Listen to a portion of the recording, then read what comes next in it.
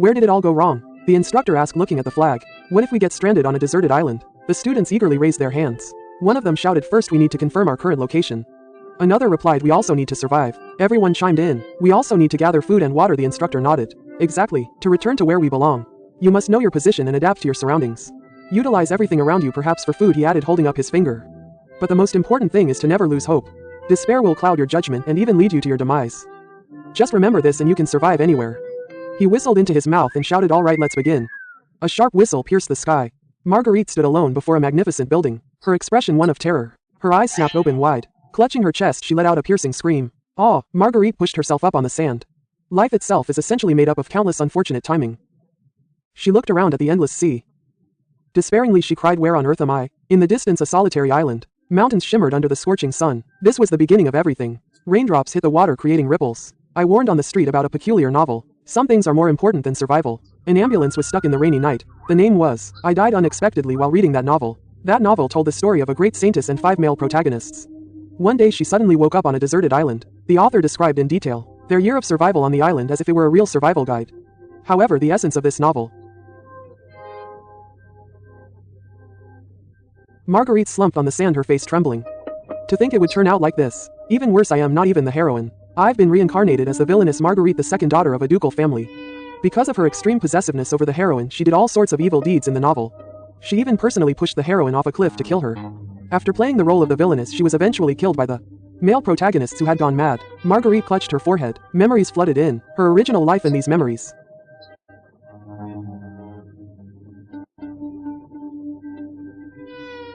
We're on completely different levels. I need to find a safe place. And wait for the door to open in a year. That's the only way to leave this island. The person I absolutely must avoid is Crown Prince Enoch. All the male protagonists hated Marguerite, but the one who hated her the most was Enoch, the first male protagonist. He was not only the crown prince of the empire, but also the core of this novel. Marguerite looked down at the ground, her pupils contracting. Why is he here? Enoch lay on the sand, his eyes closed, his face pale. What the hell is going on? The survival difficulty just skyrocketed. Wait a minute. Enoch's presence here means that my current location is the starting point of the novel. The original text stated. Enoch opened his eyes on the beach. Marguerite turned and ran, her heart filled with panic. I can't stay here any longer.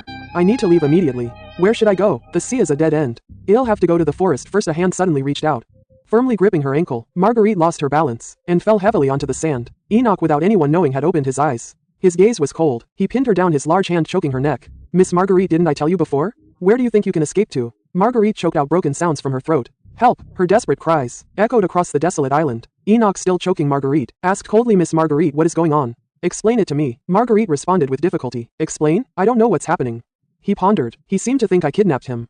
If only I had run away the moment I opened my eyes, instead of staying here to figure things out. In this situation, he suddenly pointed into the distance. Look, what is that? Enoch followed her gaze. There was nothing there. Marguerite seized the opportunity to struggle free and scrambled backward. Enoch suddenly grabbed Marguerite's collar and pinned her to the ground, interrogating her. Do you think this is funny? Tell me immediately what happened. Marguerite replied in panic, how would I know? I am confused too. Enoch leaned in. Do you think I'd believe that? Considering everything you've done to me, this level of suspicion is completely justified. In fact, Enoch had reason to be suspicious. Marguerite had been tricked into buying a potion, but she didn't expect it to cause Enoch a fatal allergic reaction, nearly killing him. After that incident, Enoch began to despise Marguerite crimes should have been punished at any time, but thanks to the Duke of Frone's immense power, he always got away with it.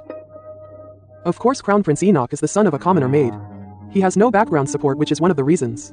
Facing these past events, Margaret felt speechless. Truly speechless, he suddenly looked up and shouted, regardless. This is all a misunderstanding. The Duke of Frone's family is indeed audacious, but we would never rashly kidnap the Crown Prince of the Empire.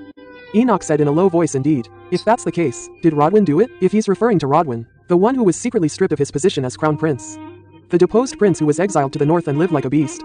Perhaps, as Enoch said, there is a political motive behind this, but those can be thought about later. The most important thing now is to survive. Margaret waved his hand and said, So are you done asking? Then I'll take my leave. He turned to leave only to find his wrist being held tightly. Margaret chuckled awkwardly, Your Highness, can you let go of me now?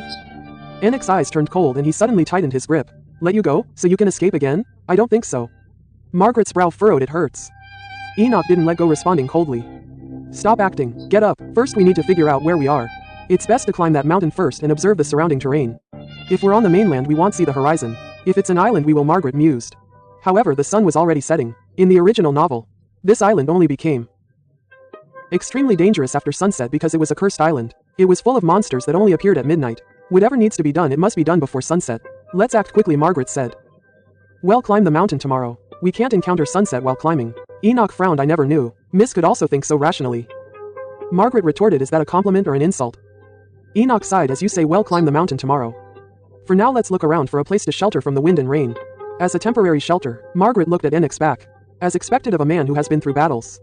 Enoch's grasp of the current situation was indeed very quick. He ascended to the throne of the crown prince by himself. He's a cold and ruthless man. It's hard to imagine that such a rational person would be on a deserted island for the heroine.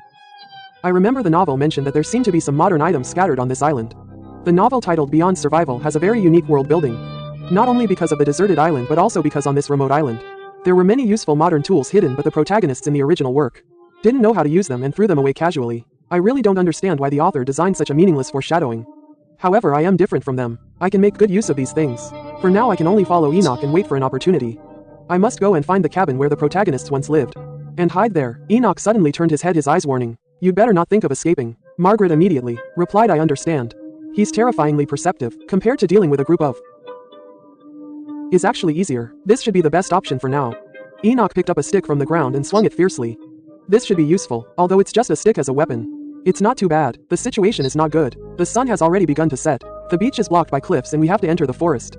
We must leave this forest before the sun completely sets. Margaret quickly followed Enoch. Your Highness, currently we should return to the place where we first woke up. Before he finished speaking, a roar echoed from deep within the forest. A sharp and huge roar. Margaret trembled and looked forward. It's a wolf's howl. This is impossible. These monsters should only appear at night. Why are they out now? A giant monster emerged from the shadows of the forest, its mouth wide open, revealing its sharp fangs. It lunged towards the two of them. The giant wolf growled, trying to tear apart the prey in front of it. Margaret screamed in terror. Enoch leapt forward, shielding him in his arms. He swung his long sword, piercing the giant wolf's throat. Blood splattered. The giant wolf let out a final mournful cry and fell to the ground. Margaret looked at the corpse on the ground. He killed the monster with a single blow using only a branch. As expected of the male protagonist in the novel, according to the original setting, Enoch seems to have some kind of psychological trauma related to blood. Marguerite snapped back to reality, pushing his embrace away. I am actually worried about him now when I can barely save myself. He sat on the ground. More importantly, why would this kind of monster appear here? The sun hasn't even set and the monsters are already out. I remember in the original novel these monsters only appeared late at night. Could it be that it's not night anymore? As long as there's darkness, the monsters can act. Night is when they are most active. Marguerite clutched the hem of her skirt. If this continues, I'll die here before I even find the cabin. Enoch turned back to look at the trembling Marguerite. He must have been shaken by what just happened. For a noble lady, this scene is indeed terrifying. He stepped forward and asked, I don't know what that is, but are you okay? Marguerite froze in place. What? Enoch reached out and cupped her face. You look pale. Marguerite, leftovers. Is he acting? The him now and the him just now. They're like two different people. Will seeing me now remind him of his injured comrades? Marguerite responded, I am fine. Thank you for saving me. Enoch let go. That's good, he said coldly. You should know yourself. Still a suspect. When we return to the Empire, I will interrogate you about this matter. So without my permission, you are not allowed to die. Marguerite froze. Interrogate me? What did I do? Enoch reached out, urging, what are you doing? Grab on quickly. It's dangerous here. Marguerite took his hand. Although this attitude is annoying, this strong protection actually makes me feel at ease. Marguerite looked at the makeshift bed. Finally done. Using branches and leaves Enoch brought, plus the coconuts I collected, I've finally built a temporary shelter. Enoch pointed inside and said, Miss, you sleep on the inside. Marguerite was a little surprised. Even towards someone she disliked, he could show such demeanor. His etiquette is truly impeccable. Enoch turned around and said coldly, don't get too close to me. Keep your distance. I really don't want to sleep with you. Marguerite retorted, I think the same way. Who knows what you might do? Enoch's eyes sharpened. Staring at him, he asked, my mother? Marguerite flustered, quickly explained, I didn't mean that. I was worried about what your highness might do. The two lay side by side on the narrow haystack, the atmosphere becoming unusually heavy. In such a confined space, this feeling is incredibly awkward. Marguerite asked, your highness, can't you? Enoch closed his eyes, resting. If you're trying to escape. Marguerite interrupted him. After we landed, we didn't have enough water. If it continues like this, we'll dehydrate. We might die before returning to the Empire. Enoch slowly opened his eyes and glared at him. Miss Marguerite, while I can still speak calmly. He suddenly stopped, his eyes widening. Marguerite said, I'll be back soon. I am going to get some coconuts or something. He stood under the coconut tree. What do coconuts look like? Marguerite ran back excitedly, holding two round objects. That's right, these are coconuts. She handed the coconuts to Enoch. These are fruits from the coconut tree. The water inside can rehydrate you. He examined them carefully. This one looks okay. If you eat an overripe fruit, it might cause diarrhea. That will lead to more water loss. Enoch's hands suddenly exerted force and the hard shell instantly cracked open. The sweet juice sloshed. Marguerite's eyes widened. He actually broke it open with his bare hands. His strength was astonishing. Enoch handed her half a coconut. Here you go. Marguerite, overwhelmed with surprise, said, thank you, your highness. She cupped the coconut and took small sips of the sweet juice. I've already checked. You can drink it with peace of mind now. Enoch watched her quietly. His golden eyes were deep and unfathomable. The Marguerite I observed today is completely different from the person I remembered. What is he planning? Or is this his true self? How could a pampered daughter of a duke immersed in aristocratic supremacy know how to build a bed, and even know which fruits can be used for hydration? Is he really the person I know? Marguerite noticed his gaze and asked confused. Enoch sat on the beach and said, "Miss, you've really changed." Marguerite replied, "People always change when pushed to their limits. For now, let's deny it. He's been interrogating me like a suspect. If he finds out I am not the culprit, he might think I am the one who created this situation." Enoch stared at him and said, "It's hard to say. That kind of situation is very rare." He stood up. "Judging from your decisions and how you handled things, it's indeed possible. The usual you would never be this calm in such a situation." Then ill head back first night fell. The two lay side by side in the shed. Marguerite opened her eyes. "What should I do? I can even feel Enoch's every breath. How can I sleep like this?" Enoch suddenly spoke. "What we saw earlier wasn't an animal. The aura it emitted was just like a monster's." Enoch stood up. "Even my sword energy couldn't be activated." Marguerite suddenly remembered something. "Right magic and divine power don't work on this island. This means we have to survive here with our bare hands. With Enoch's incredible strength, maybe there's nothing to worry about."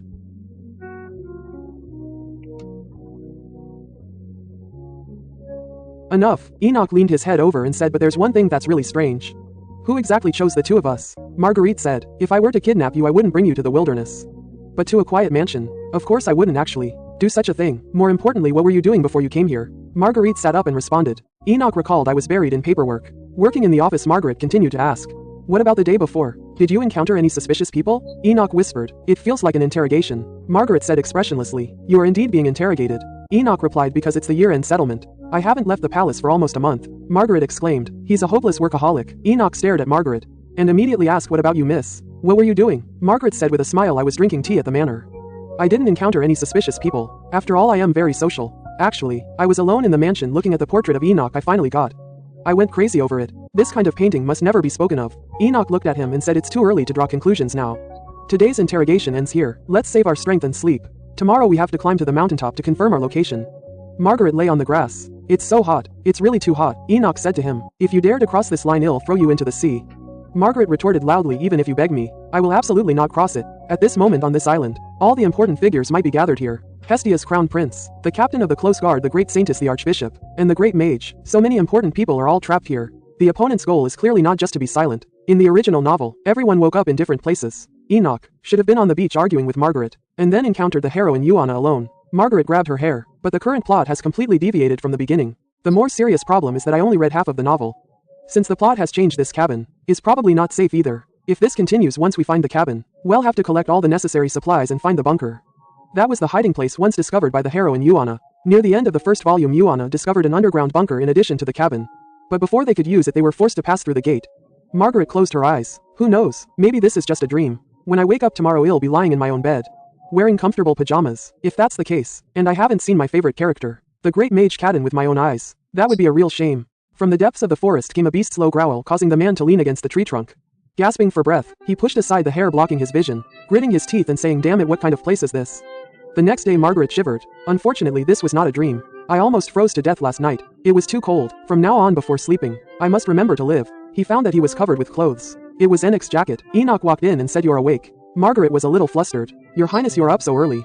He looked at Enoch and asked, "You didn't sleep all night, did you?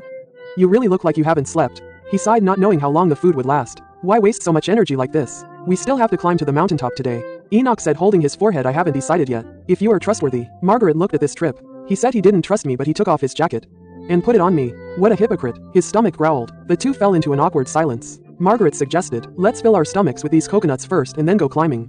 Enoch replied, "Agreed." The waves lapped against the shore. Margaret exclaimed, "This makes me even more certain that I've really been abandoned on this island. I've actually transmigrated into the dark fantasy novel I read." Enoch clenched his fist and slammed it heavily on the ground. "Damn it, it had to be an island. Climbing the mountain has already exhausted all my strength." He grabbed his hair. "I have no idea what this place is. Who sent us here?" Enoch lowered his head, unable to guess at all. Margaret looked at this trip. This was the first time she had seen Enoch so dejected. "But I feel the same way now. Around these male protagonists who are about to go crazy. Can I really survive? I must act quickly. Before Enoch loses his mind, I need to find an opportunity to escape. There is a whole year until that door opens." Enoch's condition seems to be deteriorating. "This is dangerous. As a former assistant instructor of the Reconnaissance Alliance, I can't just stand by and do nothing. Let's put the escape plan on hold for now. I need to take action." Margaret reached out to Enoch and said, "Since we know it's a deserted island, let's go down the mountain first." He looked at Enoch firmly. "We must survive." He looked at Enoch with determination. "You must live on, Enoch." He's a veteran of the battlefield of alcohol, but now he's sleepless. His physical strength is depleted. It'll be hard for him to make the right judgment. Enoch would never hold my hand. That's what the novel says, Margaret suggested. Let's go before the monster appears. Enoch suddenly reached out and tightly grasped his hand. Margaret's eyes widened. His heart skipped a beat. Enoch looked at him and said thank you. Margaret's face turned bright red. He said, climbing the mountain has exhausted me. Once we get down, let's fill our stomachs first. Enoch was stunned and asked, wait, you mean you're going to catch fish? Margaret flipped his long hair. Yes, just trust me. Even if I can't catch fish, I can collect some seaweed. Or he lifted his skirt, revealing his fair slender thighs. This way it's easier to move. Enoch stared at his legs, his face instantly turning bright red. Margaret asked, could you please watch the fire until I get back? Enoch coughed awkwardly, turning his head away. Margaret looked, grab a wooden stick. I'll leave the campfire to you while I am gone. He walked towards the sea, his eyes sharpening. If memory serves me right, most of the beasts in novels are just ordinary creatures. Except for the wolf-like monster I saw on the first day, and snakes. And reptiles. Coconuts alone won't fill my stomach. I have to catch fish. Margaret gripped the wooden spear. His eyes showed determination. To get enough nutrients, I have to hunt for food myself. Margaret stood by the beach. Although I sounded confident earlier, this is my first time fishing at sea. I wonder if I can do it. I've speared fish by the river before. It was somewhat impressive, but this is my first attempt at sea fishing. First I need to find a place where the current is stagnant, like crevices in rocks where waves crash. Small fish swept in by the waves often get trapped in these crevices. I'll crush the small fish I catch with stones and scatter them into the sea as bait. Margaret raised a long spear, staring intently at the water. Then I just have to wait for the right moment. Margaret's eyes lit up. He suddenly thrust the long spear, aiming at the water, and stabbed with all his might. Now, water splashed everywhere. The spear accurately pierced the target. A plump fresh fish struggled in the spear. Margaret shouted excitedly, I did it. I succeeded on my first try. Am I a genius? Back when I was camping in Korea, I already felt like I was naturally suited for survival in the wild. Although I am not as good as those experts, I really enjoy it. This feels amazing. Margaret turned his head. Yin Nuo was standing not far away watching this scene. Margaret stiffened. How long has he been watching? This awkward feeling makes me want to crawl into the sand. Yin Nuo stood by the shore silent. Margaret took a deep breath and looked at the sea. It's fish. I'll just pretend I didn't see him. As long as I am not embarrassed, the embarrassment is someone else's. Yin Nuo sat by the campfire. He poked at the firewood. It's impressive. I didn't expect you, miss, to be so skilled at preparing fish. Margaret looked at the cleaned fresh fish. People who like fishing can at least do this much. No, wait, in the original story the protagonist only needed to elegantly. Yin Nuo brought him fish. But now I not only have to hunt like Bear Grylls, but also prepare the fish and bring it to Yin Nuo. The plot has completely gone off track. Yin Nuo asked, I don't understand. Why are you looking at me like that? Margaret sighed. It's nothing. He looked at the campfire. Although I insisted on doing this, it still feels a bit strange. Yin Nuo approached Margaret. Are you sure there's nothing wrong? Margaret looked at the man who suddenly approached him. His face flustered. Yin Nuo reached out and touched Margaret's head. It's quite surprising. I just thought it would be interesting to let you try. He stood up and walked to the campfire. From now on I'll handle it myself. Margaret froze in place, almost led astray. I never expected him to suddenly bring that handsome face so close. I must stay clear-headed. If I really fall for Yin Nuo, then I am completely done for. The campfire crackled. The aroma of grilled fish filled the beach. The two sat side by side on a log, falling into silence. Margaret thoughtfully said, Your Highness, please eat this big one. It'll be full after a little. Yin Nuo took the thought. This isn't the Langley Empire, so from now on consider your own portion first. I understand that being trapped here must make you anxious, but I promise I will get you out. Margaret gripped the wooden stick. I've read the original story. These are the survival rules here, but they don't guarantee a safe return. Yin Nuo stood up. He said with a determined expression, I'll send you away first. Then I'll ask you to request rescue. Margaret asked in surprise. Rescue? Yin Nuo replied with a cold expression. Did you think I would let you leave peacefully? I told you, you must stay by my side. He looked down at Margaret, his eyes showing no room for doubt. Only when I allow it. Can you leave me? Remember that. Margaret shrunk his neck. Yes, I'll remember. He got goosebumps all over. Anyone who didn't know would think he was the kind of male lead who was pathologically obsessed with the female lead. But in reality, this is simply a threat of confinement. Yin Nuo suddenly took off his jacket and threw it onto Margaret's shoulders. Margaret froze in place. Your Highness, this is. Yin Nuo turned around and said with his back to him. Just wear it. I am only giving it to you because it's warm. You don't need to thank me. Margaret leaned by the campfire. Yin Nuo, someone with this personality would never become gentle towards me overnight. This is probably just out of consideration for survival. But at least tonight I can have a warm night's sleep. Yin Nuo watched Margaret lying on the ground. Is he cold? Even lending him my jacket he can't wear it properly. Margaret closed his eyes and said, You bastard. Enos froze and asked what? Marguerite continued, You damn bastard. A cold-hearted bastard. How can love change so fast? Enos lowered his head and asked, Are you talking to me? Marguerite clutched his coat and said, I am talking about this coat. When I was cold before he would always drape it over my shoulders. I think he doesn't love me anymore. Otherwise why would he just uselessly cling to me? I am freezing now. Enos froze and draped the coat over Marguerite. He really says whatever comes to mind. The sky is starting to lighten. Marguerite woke up from his sleep, stretched lazily and said, It's probably because I slept on the beach for 2 days and my whole body is stiff.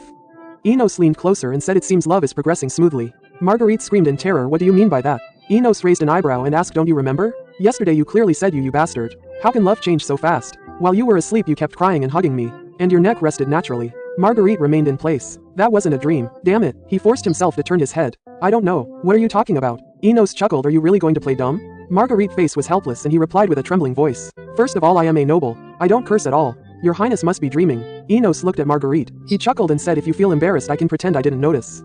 You've always been a weirdo, haven't you? So, I don't find it strange. Marguerite's face turned red with anger. He shouted loudly, just say I am weird. You cold-hearted bastard. Enos turned to leave. In any case, I support your love. Marguerite clenched his fists and screamed at his retreating back. That's not true at all. Marguerite patted the black coat. He said softly, thank you for lending it to me. Enos took the coat. This is just something any man should do. If you need any other help, please feel free to tell me. Marguerite looked at the dense jungle. If I want to live longer, we'd better head deeper into the island. Enos looked at Marguerite and immediately asked, aren't you going to ask for rescue? Going deeper into the island will increase your chances of survival, but it will also make it harder to be rescued. Marguerite clenched his fists. He has a point, but this island before the gate opens, no one can escape. If I tell Enos that secret now, he'll only be more suspicious of me. I have no choice. I have to act, even tougher. Marguerite turned around and said, in that case, your Highness, we should part ways here. Enos asked in surprise, what? Marguerite smiled and said, I am grateful to you for saving me from the monster. Being with your Highness even for a short while brings me comfort. Enos lunged forward and grabbed his collar. Wait, I explicitly warned you yesterday. You can only leave my side when I allow it. Marguerite replied helplessly. Your Highness did say that yesterday, but now our opinions are completely different. I am just making a logical choice. Aren't I? He looked at the beach below. The monster is indeed a great danger, but when the sun sets I can find a place to hide. If I stay on the beach, I'll miss the moment the gate opens and be isolated forever. I need to find shelter. A log cabin anywhere that can provide cover. And I must uncover the secret of this island. This is the only way to figure out why I am possessing Marguerite. Enos sighed helplessly. This reckless behavior. You're really so? Marguerite leaned into his face. He asked, are you doing this on purpose because you're worried about me? Because you think I am in danger? Enos looked at him silently, his eyes flickering slightly. Marguerite continued, if it's not because you're worried, then you must want to monitor this suspicious Marguerite up close. I am much stronger than I look. You've already seen everything I've done so far. So don't worry about me. Worry more about yourself. Enos took his hand. Let's go together. I'll stay by your side, but I'll continue to look for ways to send a rescue signal and escape this island. Marguerite's lips curved. Enos actually chose to stay by my side. Is it because his hatred for me has disappeared after spending time together? Whatever the reason, if I can slowly build trust with Enos, perhaps my future can truly change completely. Marguerite flashed a brilliant smile. He replied, okay. Marguerite passed through the dense jungle. Pointing ahead, he said, look there. Below that cliff, there are usually caves. Although the path might be dangerous, there's no better shelter. Enos stopped. Did you receive this education from the Duchy of Frone? Marguerite avoided his gaze. How should I answer? He could only vaguely admit it. He replied, aye. He could only vaguely admit it, then he opened his mouth to respond.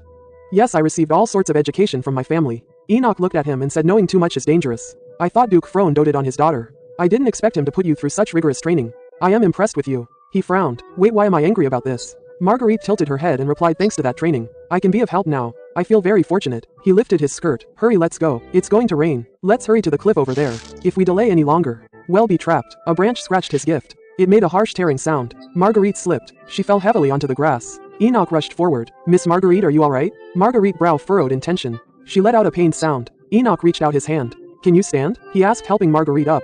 He let her lean against him. Marguerite complained in a low voice. My foot hurts so much. Enoch supported her to the tree. Sit here for a moment. He knelt down and held Marguerite's ankle. Marguerite pulled her foot back, saying a bit awkwardly, it's okay. Enoch carefully examined it and said, looking at the swelling, you were fidgeting because of this. My apologies. He scooped up Margaret, who widened her eyes. What are you doing? Margaret grabbed him, startled. Eno started walking, calmly replying, we need to reach the cliff before it rains. This way is faster, Margaret said, trusting him implicitly. That's what you say, Eno. Aren't you walking? If you don't want to fall, hold on tight, Eno said as Margaret lost her balance. Margaret grabbed his neck. No matter what. We're too close. Just like a novel's male lead. He's really reassuring, and he's been seemingly getting better. I hope when he meets the heroine, he won't change his attitude. I should use this chance to build more trust, Margaret said sincerely. Your Highness, you've been watching me ever since we were stranded on the island. But I've truly become a completely different person. Just consider me reborn. I won't be like I was before. From now on, we'll become a little. Eno stopped, falling silent. Margaret froze. Did I say something wrong? Eno lowered his eyes and replied in a low voice, indeed. Talking to you is no longer as detestable as before. Margaret smiled happily. Eno stared into his eyes, saying coldly, but I will never develop any feelings for you. Right now I am just traveling as a companion for your circumstances. Nothing more, nothing less. That's all. Margaret stood frozen. Her smile vanished. Eno continued, so I hope you don't harbor any false illusions. It will only trouble both of us. Margaret lowered her head. I knew he was a cold person, but hearing it directly still hurt. Rustling sounds came from the grass. Margaret suddenly looked up. That's the sound. She listened carefully. It's not just one or two places. The sun hasn't even set yet, and they've already appeared. Two giant wolves suddenly leapt out of the grass. opening their massive jaws. Margaret's pupils contracted. Your Highness, danger. She shoved Ino away. The recoil sent her flying in another direction, crashing heavily to the ground. The giant wolves stared intently at her. Margaret slumped onto the grass, retreating in terror as she watched the approaching eyes. A dark shadow flashed. Ino blocked Margaret's path, grabbing the red wolf's neck and asking angrily, what are you spacing out about here? Miss Margaret, get away. Margaret made up her mind. I have to survive. I can't just be a burden to Ino. She desperately climbed a tree. This damn dress. The red wolf lunged forward, biting hard at Margaret's hem. Margaret screamed and cursed, damn it. This is so annoying. Why does this always happen to me? Ino, Margaret shouted from afar, struggling. Margaret, in the magnificent palace, Margaret said helplessly. I don't understand, Your Highness. Why are you so stubborn about not marrying me? You won't even get engaged. Ino remained silent, lowering his head, his expression stern. Margaret continued. I have something you don't, Your Highness. Pure noble blood. It's because of this, because he once said such cruel words, that Ino is so indifferent to me. It's only natural. Even if Ino starts to have feelings for me, I think he won't truly like me in the end, just as I thought.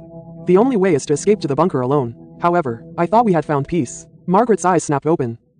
She looked around in confusion. Am I still alive? I really thought I was going to be eaten by that wolf. What happened? She looked at the ground. Why is there so much blood? Is Ino okay? Ino stood in the center of the forest facing Margaret. Thank goodness he looks fine. Of course. Only Ino would save me like this. Margaret walked forward, asking him, Your Highness, are you alright? He suddenly froze, staring intently at Ino's hand. That's blood. I remember now. Ino's trauma from the war. As soon as he sees human blood, he falls into a frenzy. This uncontrolled state drains his body to its limit until his skin cracks, and he collapses completely. I have to stop him now. Margaret gritted her teeth and rushed towards Ino's back. I am sorry, Your Highness. She raised a wooden stick high, aiming for the back of Ino's head, and swung down hard. Ino let out a muffled groan and fell heavily to the ground. Margaret clutched the wooden stick, panting. If I didn't do this, Your Highness, I am afraid you would have killed him.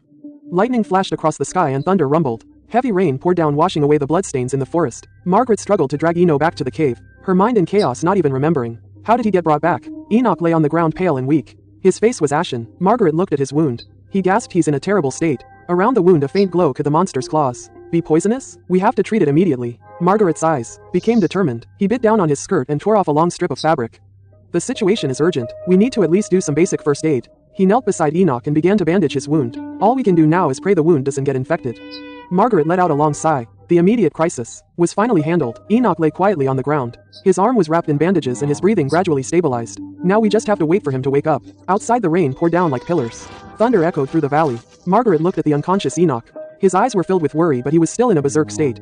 If he wakes up now, he'll be in danger. He turned his head to the side. He spotted a bundle of ropes. Just in case. Enoch opened his eyes. Where am I? He tried to move his body. He found his hands and feet bound tightly with ropes. He struggled to sit up. What's going on? From the depths of the cave, footsteps approached. Margaret asked, Are you awake? How do you feel? Enoch knelt on the ground and questioned. What did you do to me? Untie me immediately. Margaret pondered. It seems the symptoms haven't completely disappeared yet. He walked forward and said, You should move around right now. If you move, your wound will split open. Your life will be in danger. Enoch thrashed violently, trying to break the ropes on his hands. Do you think you are? Margaret put a finger to his lips. Enough, stop it. He stared at Enoch and said, Don't move. Enoch froze instantly. Margaret was stunned. Can this really calm him down? This kind of reaction has never been seen in the Aid novel. In that case, Enoch spoke. Why can't I move suddenly? Margaret said softly, It's okay. He reached out and stroked Enoch. His body lost strength and he collapsed heavily to the ground, falling into a deep sleep. Margaret looked down at him. Finally, we've safely passed this. If something had gone wrong just now, I might have become like the monster I saw today. Although in the Aid novel he would go completely mad at the sight of blood. In the Aid novel, the heroine Joanna personally took care of him. That accident should have been an opportunity for their feelings to deepen. But for me, this is simply a survival game. This is really too difficult. Margaret looked outside. Fortunately, the rain has stopped. He walked over with a bowl of water. Enoch's condition is much better, but he had a high fever last night. He stopped and asked Enoch, Are you alright? Enoch weakly raised his head, his hands still tightly bound. Margaret brought the bowl to his lips. You must be thirsty. Drink some water first. He watched Enoch drink. It's good that you've regained your senses. But if we just leave him, his condition might worsen. I need to find some herbs to reduce the fever, Margaret said, getting up. Enoch, I am going to the vicinity to find some herbs and maybe some food. Wait for me here. He quickly ran out of the cave and disappeared into the forest. Enoch sat alone on the ground looking down at his bound hands. Before he left, he should have at least untied my wrists. Margaret weaved through the jungle, pushing aside the dew-covered branches. Not this one. He bent down and picked a plant. This herb has good effects. I'll take it with me. He continued to search carefully through the grass. I need to get back before dark. Suddenly he heard a sound in the grass. He stopped abruptly. Did I just hear something up ahead? Margaret looked ahead warily. Could it be a monster? The sun is so strong. Monsters should appear. In that case, could it be a person? He turned and ran. If it's a person, it's even more troublesome. On this island there should only be the 5 male leads, Joanna the Aid. And me. Just taking care of Enoch has already made me exhausted. How could there be anyone else? Absolutely not. A man suddenly appeared from behind, only reaching Margaret's waist. Someone's here. Margaret's eyes widened. What's going on? A man with red eyes wearing earrings smiled slyly. Margaret held his breath. Caden? Why is he here? He ran desperately. Damn it, this is trouble. Caden shouted from behind. Wait a moment. I actually ran into the male lead I should avoid the most in the aid. If Enoch is the one who hates Margaret the most in the aid, then the person who poses the greatest threat to him is Caden. Because at a decisive moment Margaret died at Caden's hands. Caden, the second son of the Roherd family. When he was young, he was kidnapped by the temple and used as an experiment. At that time Marquis Roherd made a deal with the temple. This matter was completely covered up. That past became the fuse. From then on Caden began to hate his family and the temple. Therefore any experiments conducted by the temple or funded by the family, he would never let go. Caden would completely destroy all related experiments. Originally he had no reason to threaten Margaret. Caden even retaliated by directly breaking into Duke Frone's mansion and causing havoc. Just at this time Margaret pushed forward the temple's love potion experiment. This is the crux of the problem. Margaret said angrily, you scoundrel. Caden grabbed his hand and said anxiously, wait a moment. Margaret flashed his eyes and let out a scream. He rolled on the grass. Caden pinned him down. Beneath him his gaze icy. This bone-chilling hatred made Margaret feel several times colder. Margaret, who was being helped, but was forced to push forward with the experiment. From that moment on, Caden began to hate Margaret. Margaret desperately pushed him away. Get out of the way. Let go. Caden simply held him down and said, wait a moment, don't move around. The two collided, making a dull thud. Caden asked with concern, are you okay? Margaret clutched his cheek. It hurts. He looked at the grass. It was a pendant on Caden's robe. He reached out and picked it up. It was quite heavy, but his cheek felt lighter. Caden suddenly leaned in, staring at his face and said, you look like Jing. Caden suddenly leaned in, staring at her face. You look very familiar. I've definitely seen this face before. She reached out to help Margaret up. Sorry, it must have hurt just now. Get up quickly. Try to understand. Margaret covered her cheek. If I remember correctly, Caden stared at her and asked in such a remote place. To suddenly encounter a woman dressed as nobility, anyone would find it suspicious. After she endured experiments in the temple, if she didn't have the earrings, she wouldn't be able to regulate the magic within her body. In the original work, those magic regulating earrings were broken when she woke up. Because of this, Caden's magic couldn't circulate properly. She would often fall into a high fever and sometimes she would completely lose her mind, unable to control her emotions. And the only person who could calm her down was the protagonist.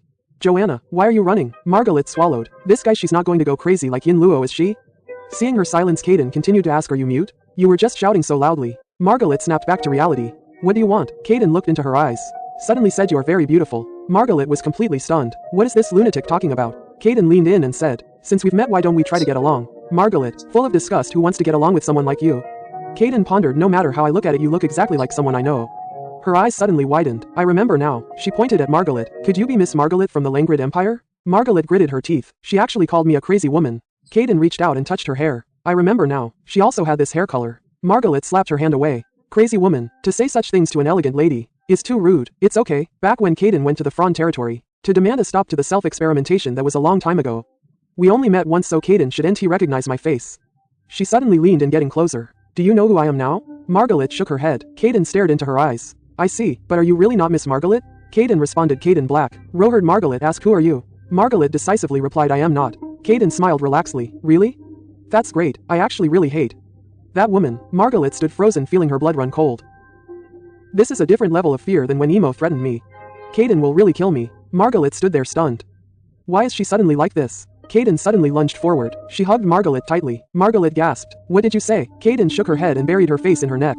She took a deep breath. How strange. She moved even closer. Her warm breath sprayed on her skin. She whispered, you smell nice. Margaret screamed in terror. Stop it. She violently lifted her leg and kicked Caden hard in the groin.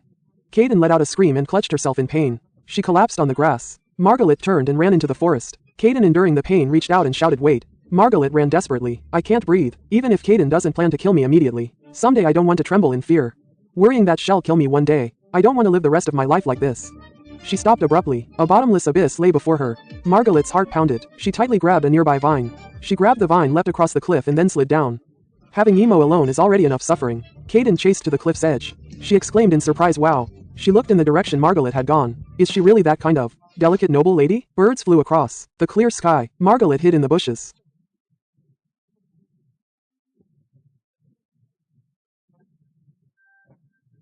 I was too panicked. I just grabbed her and ran.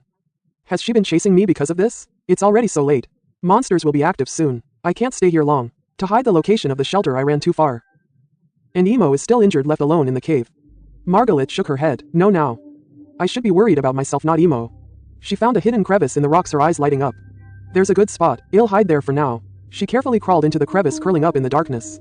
I'll act when the sun comes out. Suddenly a sound came from around her. Margaret's eyes widened in alarm. What was that? She held her breath, observing her surroundings. Wait a moment. Her expression turned to horror. Could this be? Margaret said. Wait, is this the first aid kit Anna found in the original story?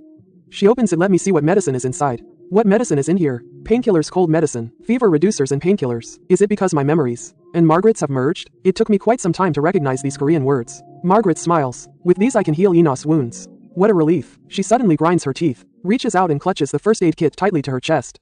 Damn it. She hides behind a thicket, unable to believe it. She's already here. Please just walk past. Just walk past. Heavy footsteps echo through the forest. Margaret's eyes widen. Those aren't wolf footsteps. Those legs are thick, twice as thick as an adult mont's. And it sounds like it's searching for something. Could it be Caden? Margaret hides in the shadows. She holds her breath watching those huge legs. They're covered in black fur. That's not human. It's a monster. A giant black shadow turns, revealing its fangs. She stops and slowly crouches down. Margaret looks terrified. Don't come any closer. If this continues, the monster will find me sooner or later. If it finds me, it'll be eaten alive. At a time like this, if only Enos were here. The monster wanders nearby, seemingly having lost its target. It turns and walks away with heavy steps, heading deeper into the forest.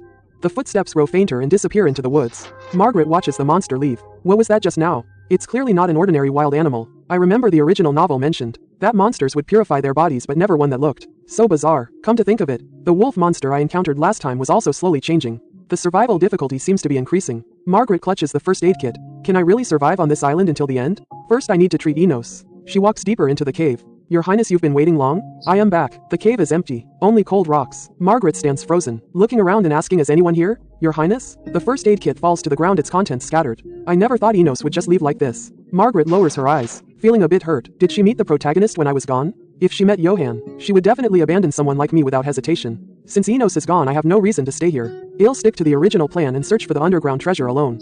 A weak voice comes from behind. Ma, Margaret? Margaret looks up in surprise. Enos is standing at the cave in trance, her chest heaving, her face pale. Margaret, she looks seriously injured. Her body is swaying precariously. Margaret smiles. I thought you had left. It seems your body has recovered. That's great. Enos stares at her silently, her eyes unusually sharp. Margaret is stunned. Why are you glaring at me like that again? Did something happen while I was gone? Did she think I was going to run away? Margaret quickly says, wait, just wait. I went to gather herbs just now, so I found this. She shows the first aid kit in her hand. It's not herbs, but it's like hitting the jackpot. Oh, jackpot. Enos probably wouldn't understand that word. Enos walks closer with a grim expression, exuding a terrifying aura. Margaret shrinks her neck and says, anyway, just in case. Where are you injured? Let me treat you first. Enos suddenly reaches out, firmly grabbing her shoulder. Margaret's eyes widen. What? Enos lowers her head, her forehead touching Margaret's. Her voice is low. Don't do this again. Absolutely don't do this again. Don't do such dangerous things just to find herbs. Margaret stands frozen, looking into her eyes up close. Why is she suddenly like this? What's with this romantic atmosphere? To help everyone understand the male leads sudden actions, let's rewind time to yesterday. Enos opens her eyes in the darkness. Is this a cave? She tries to sit up and her arm throbs with pain. Her wound has been carefully bandaged with torn cloth strips. This must be from Margaret's skirt. I didn't expect that noble lady would know how to treat wounds. Enos looks around, her expression becoming serious. Speaking of which, where did Margaret go? She holds her forehead, trying to recall what happened before she fainted. She did say she was going to find some herbs. She went out to find medicine. Although we haven't known each other long, during our time together with Margaret, she went out to find medicine. Although the time we spent together, it's short, but during my time with Margaret, I've been watching this island. It has a few fixed patterns. First, those monsters attacking us. They never appear during the day, but as soon as it gets dark they show up. And that damn mental potion. Eno rushed out of the cave. Damn it, she was in time in the darkness. Being out at this hour is just too dangerous. Just now, what was that sound? If it were my usual self, in this situation I'd be ready to fight for my life. But I'd never think of looking for Miss Margaret. She suddenly stopped, panting on the ground.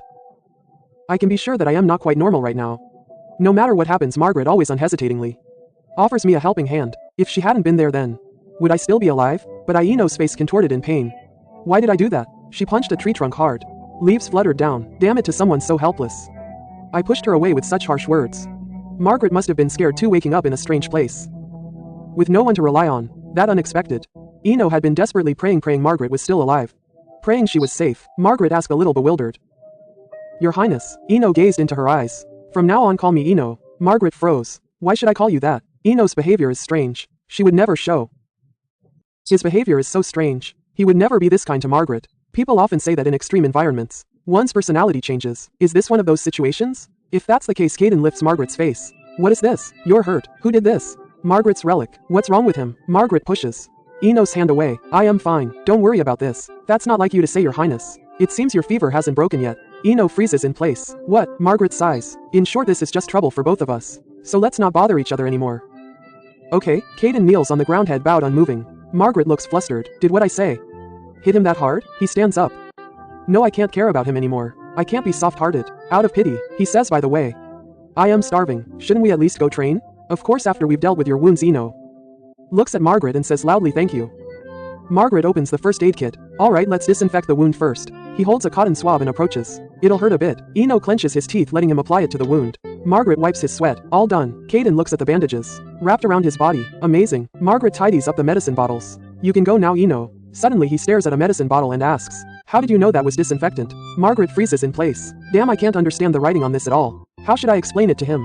He takes a deep breath and says, do you know of the Eastern Road across the sea? I think this is the language used there. I happened to learn a little before. Ino nods in response. I see. Margaret breathes a sigh of relief. Finally, I managed to fool him. Luckily, he believed me so easily. Thanks to Margaret's memory. Margaret looks at the medicine box. Why did that person give me this useless Korean survival kit? All of this is a mystery to me. Ino asks the wound on your face. He coughs twice, averting his gaze, and asks, aren't you going to tell me what happened just now? Margaret falls into thought. Does he already know? Come to think of it, there's no need to hide it. I met Caden. When the aid event begins, hell naturally meet Caden. When he meets the heroine, Margaret looks down and ties his shoelaces. I met a strange man. Ino asks in surprise. A strange man? Margaret continues. The pendant on his robe just happened to fall off and hit my cheek. Ino frowns. How is that possible? Margaret explains somewhat awkwardly. That's because I was pinned down by that man at the time. Ino suddenly reaches out and crushes a nearby rock with his bare hands. Margaret is startled. He crushed a rock with his bare hands? Ino asks, suppressing his anger. You still don't know who that man was? Margaret replies hastily. As the manager said, he spreads his palms. I picked this up from the rubble. It must belong to that person. Ino stares at the pendant and says, this is Mata's writing. Margaret nods. He recognized it at a glance as expected. Margaret hesitates and asks, Your Highness, do you have an episode when you see shoes? Ino looks at him silently. Margaret continues, although this is rude if we are to act together. I must know this. I am already taking enough risks. I have to survive in the wilderness and avoid the crazy former assistant.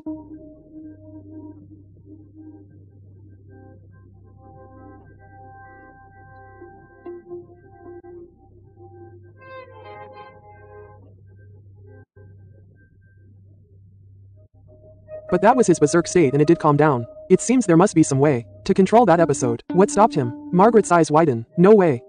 Ino's cheeks are slightly red. He covers his mouth and says in a low voice, Margaret, you. Margaret freezes in place. What? Ino continues, when you told me to stop. It seemed to really work. Margaret freezes in place. What did I just hear? Ino continues. When I was a child. Even in fierce competition with my siblings. Even when I lost comrades on the battlefield, no one ever told me. Enough, stop. No one ever said that to me. Perhaps I do need those words after all. As I said before, this is a sequela of the war. Because the memory of the Romalisa campaign is too vivid. The moment I see danger, I go mad. He opened his palm. He cut a wound. Marguerite's heart skipped a beat. Wait a moment, Enoch said. But this small injury is fine.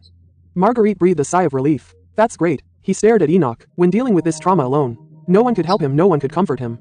Enoch said softly, I think if there really was a magnetic rain, that could control my episodes.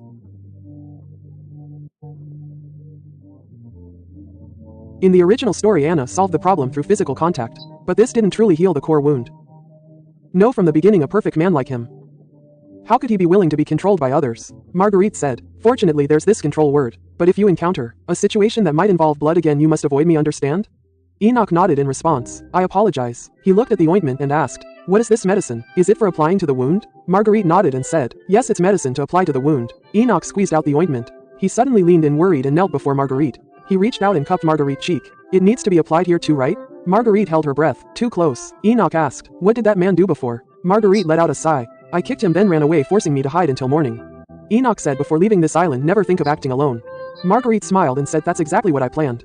Of course that's a lie. Since I've already met Caden, just staying by Enoch's side is no longer safe enough. I must find clues about the location of the underground treasure as soon as possible.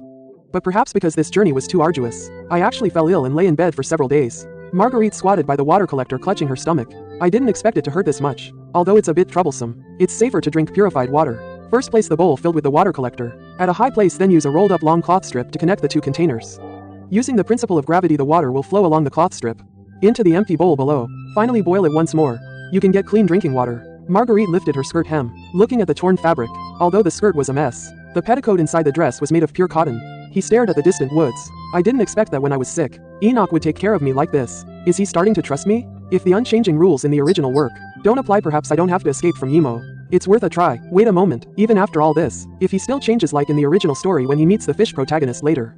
Although it's cruel, I must consider this possibility. Before that, I must find the bunker. Enoch came out of the woods carrying 2 fish. I told you to rest more. Marguerite was startled, but to survive, we still need to eat, Enoch said. Let's go back first, as you said we need to fill our stomachs first. Marguerite replied okay. The two walked through the woods. Enoch suddenly stopped. Marguerite bumped into his back. Ouch, why did you stop so suddenly? He followed Enoch's gaze. Forward, it was Cadden. Cadden was lying on the ground, his eyes tightly closed unconscious. Enoch stood in front of Marguerite, his eyes turning cold and sharp. So it was that bastard. Marguerite spread her arms blocking Enoch. Wait Enoch. Enoch stopped and asked, Marguerite? Marguerite squatted beside Cadden, reaching out to confirm. It really is Cadden. Enoch walked closer and asked, is that the man? The man with the necklace who hurt you? Looking at the man on the ground, Marguerite nodded. Yes, it's him. I thought I had really gotten rid of him. Did he get lost and end up here? Enoch said with his arms crossed. It's best to tie him up. He's dangerous. We must remain vigilant. Marguerite's face turned blue. Although that's true, Cadden's fingers trembled slightly. Marguerite's expression was mixed. More importantly, it's getting dark. We must hurry and leave here before sunset.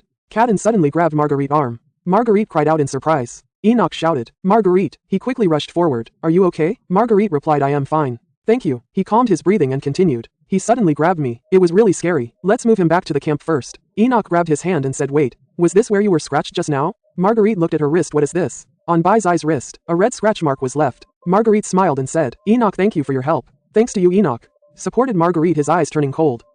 Marguerite, are you going to kill this bastard? Marguerite sensed a murderous aura and shouted in panic, wait, you mean kill him? What do you mean? Is it just because he left a mark on my wrist? Enoch, no. Hold on, control your anger. Enoch chuckled.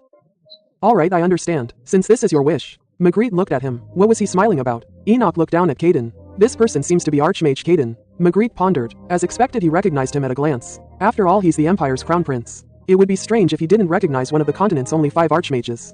Enoch stood up. Let's move our things first, and then we'll deal with this guy. Although I don't like it. A mage's knowledge might be useful. We can take him inside, but we have to tie him up. What do you think? Marguerite considered. Enoch is asking for my opinion. It seems my credibility has indeed increased quite a bit. Enoch added sharply, if you disagree with tying him up, I'll throw him out. Marguerite patted her skirt, so he wasn't asking for my opinion at all. She replied, don't worry, I agree with you. Enoch, he said with a brilliant smile, let's tie him up now. The setting sun dyed the sky red. Marguerite exclaimed in surprise, my goodness, his injuries are too severe. How did he get wounds like these? Could it be that what was echoing in the forest before? How did you get this wound? Was that terrifying roar because of Cadden? When he wakes up, I have to ask clearly. Margaret is treating his wounds. Noticing Enoch approaching, he turned and said, Enoch, his wounds are too horrific. You'd better not look this way. Enoch, holding his forehead, responded in a low voice, Margaret. He said with a pained expression, it seems I should be tied up too.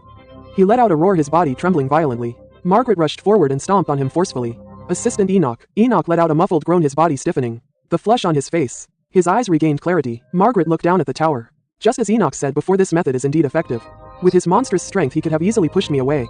And escaped, surprisingly, after I stepped on him.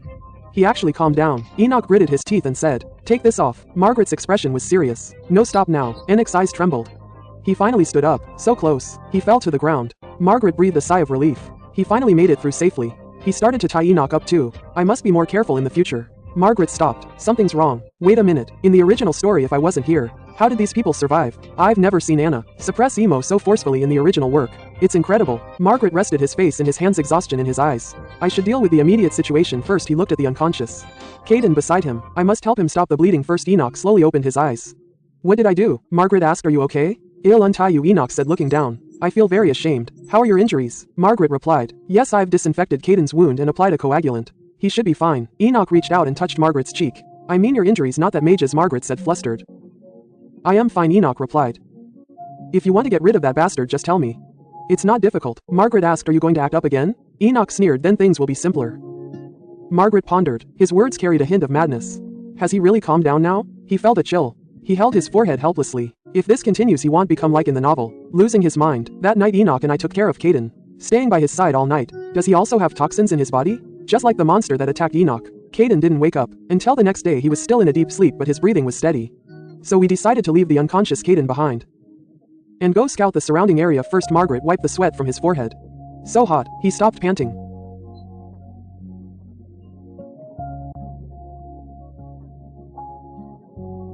The last time I climbed to the summit, I clearly remembered that there were exactly 3 such large mountains on this island. First, we should search the mountain that Enoch and I climbed together. If the bunker isn't there, we'll have to search the remaining 2 mountains. But the sunlight is too harsh, perhaps because it's too hot. Everything around seems to be shimmering. He felt a wave of dizziness and suddenly missed his footing, losing his balance and falling backward. Enoch quickly reached out, catching him steadily. Be careful, Margaret leaned into his embrace. He noticed the scars on Enoch's arm. The scars on Enoch's arm must have been left on the battlefield. Enoch asked, looking down. Margaret? Margaret snapped back to attention. He jumped out of his embrace. Enoch looked at him and asked, "Are you okay?" Margaret's face was flushed and he was fanning himself desperately. "It's nothing. It's just too hot. Even if it's hot, how could I reach out and touch someone else's body directly?" Before he could think further, his body suddenly lifted. Enoch picked him up horizontally. Margaret exclaimed, "Wait a minute." Enoch carried him through the jungle. "If you keep walking like this, you'll faint," Chen Sheng said. Margaret struggled in his arms just a little further. Enoch continued to carry him. "There's a stream ahead. We can go there to cool down. Even if you feel uncomfortable, please bear with it a little longer." Margaret, blushing, replied in a low voice, "Okay." The sound of rushing water came from ahead. A waterfall cascaded down, forming a clear stream. Margaret walked into the stream, feeling the cool spring water. The heat had disappeared. Enoch turned around. "Ilgard here. You can stay as long as you want." Margaret looked at his retreating back and replied, "Okay."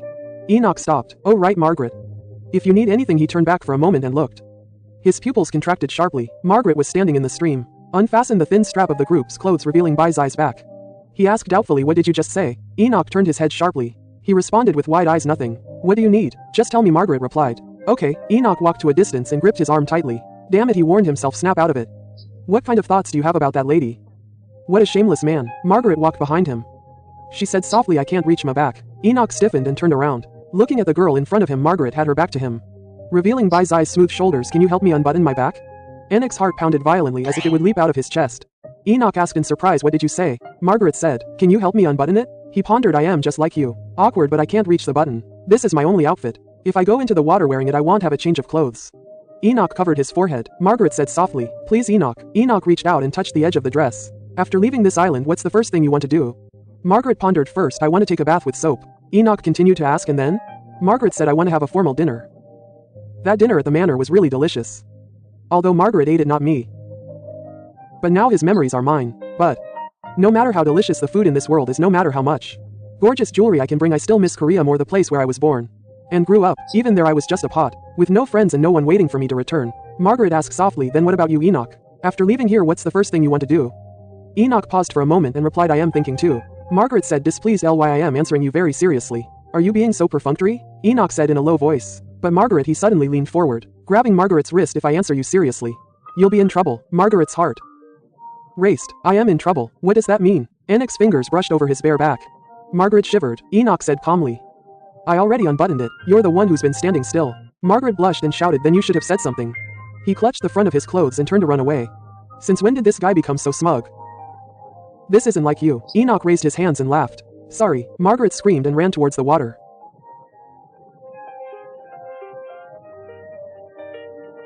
Margaret jumped into the water. He had really changed. The cool water enveloped his body. Margaret sighed, "This is so comfortable. I still have to complete the reconnaissance mission. I must return before sunset. I should get ashore." He looked at the rocks on the shore and froze. Enoch asked, his back to him. "What?" Margaret asked anxiously, "Where did you put my skirt?" Enoch replied helplessly, "You took it off yourself." "Why are you asking me?" Margaret hid behind the rocks, her voice trembling. "My skirt is gone."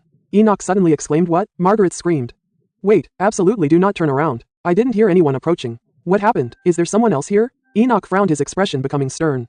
If there really is someone else, his eyes changed. He picked up a wooden stick from the ground. He gripped it tightly. "I'll go look around. You wait here."